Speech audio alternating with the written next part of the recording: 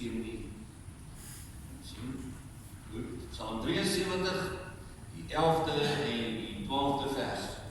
Wie het ek in die hemel Heer? Wie kan ek nirgends u begeer? Wat het ek waar my hart onrustig, om op aarde in van verlustig, is die vraag. En dan besluit dan ooit in bitter smart of bange nood my vlees en hart, dan sal u wees vir my gemoed, my rots, my deel, my ewige goed. Ons sing dit staande, Psalm 73, die 11de en die 12de vers.